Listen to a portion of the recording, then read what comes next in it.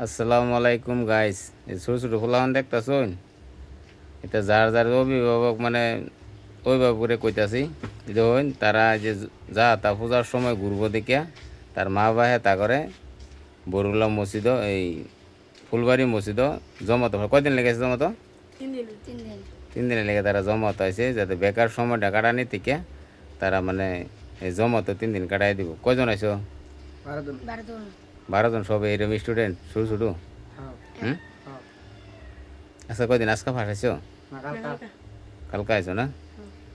মানে বিশেষ আওয়ার উদ্দেশ্য এটাই যাতে আমরা পূজার সময়টা গেলে বেলে এখনো সময় লস করা থেকে 3 দিন গিয়ে কিবা একটা শিখাই না। গতিকে যারা যা আমার আঙ্গর ভিডিওটা দেখতেছই তারপর একটা অনুরোধ আমার, যার যার এরকম বাড়ি ছোটো ফুলাবান আছে তারা মাথা জমাতো ভাড়াই দেবেন। বেকার সময়টা গেহেরা পূজা বাড়ি ঘুরা থেকে এই 2-4 কথা দিনের বিষয়ে শিক্ষা যাইব।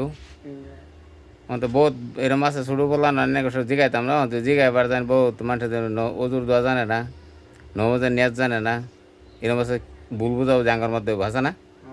এদিকে তারা শিখবার আছে। গতিকে খাস করে এনারা দোয়া করবান এর ফুটো ছোটো ফুলাবান যেটা মনের উদ্দেশ্য লই আছে যাতে তাকর পুরা হয় নাকি কও? দুইটা বলে খাওয়া কি দেবো? খেয়ালছো দাওয়াত খাইছো না? যথেষ্ট আদর করে আবার রোজা মতো বাড়লে মানুষ।